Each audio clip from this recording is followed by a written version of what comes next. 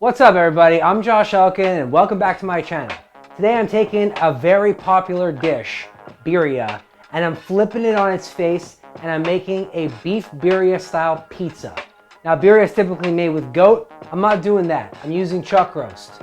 And it's typically not made on a pizza, but you know, I make things on pizza. It's going down. All right. Before I get on with this recipe, let me just explain that this is inspired by traditional birria, which is traditionally made with goat.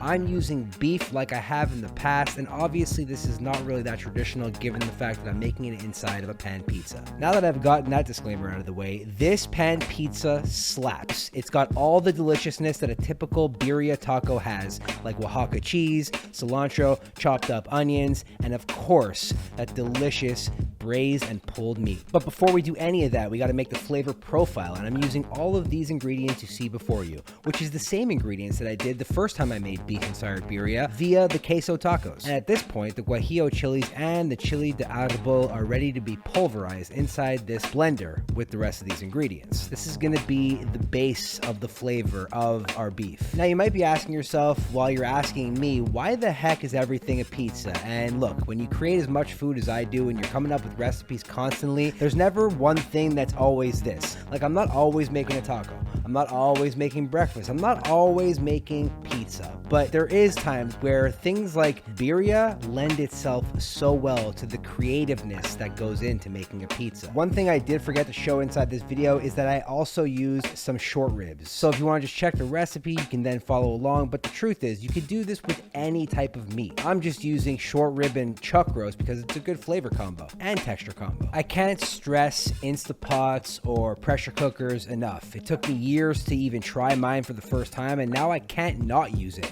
This one specifically is a Ninja 9-in-1 foodie, and you can check out my Amazon store link down below to go and check out one for yourself, and trust me, it is worth the money. It does so many things, including braising beef for stuff like a birria pizza. Now for my standard issue pizza dough recipe, if you've made any of my pizzas in the past, this is the exact same thing. The difference is I'm using a Lloyd's pan, which typically makes Detroit style pizzas. I find that that's the best way to achieve a pan pizza. Now I'm not obviously making a Detroit style, I'm making a Josh style via birria. And if you find yourself not wanting to spend the money to buy a Detroit style Lloyd's pan, then you could use any deep dish tray. Heck, you don't even need to make this in a deep dish style. You can easily just make a regular pizza. I think the point I'm trying to get across here is just cook more.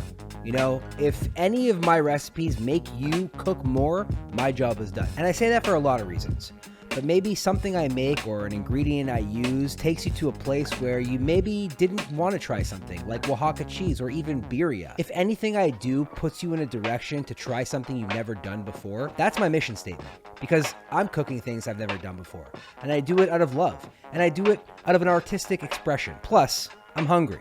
Now back to the recipe, and what we have here is our braised beef and our consommé. Part of the fun of eating any style of birria, regardless of the meat, is dipping it in the consommé, and I thought that's perfect. I'm gonna make the pizza and then eat the pizza inside the consommé by dipping it. Because let's be real here, dipping food in sauce, it's like the best activity that food has, other than, you know, cooking and eating. Instead of adding an actual sauce to this pizza, I thought, why don't I just paint the consommé on top of the entire thing and then start layering. So what we have here is our stretched out dough and our consommé that I'm going to brush on top. Then we got some shredded beef and the Oaxaca cheese, and off to the oven it goes.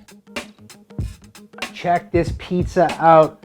Pizza dough cooked in a pan with a little bit of braised beef in birria consommé, topped with some Oaxaca cheese, a little bit of cilantro and some onion. The best part about birria is dipping it in the consommé, and I couldn't make a birria style pizza without taking a slice and doing the same. I don't know why we don't braise beef and always put it on pizza, because dipping it into this consommé, it's like a hot sauce soup for a pizza. Now don't be alarmed, you know, using an Instapot or a pressure cooker really isn't that intimidating, especially if you got a Ninja 9-in-1 like this. And when you can braise beef and make it super tender in 45 minutes, it's a game changer. Maybe you guys want to change your game, and maybe you want to do so by following this recipe. You could do that by checking out the link in the description. Check out recipechampions.com for all my other published recipes.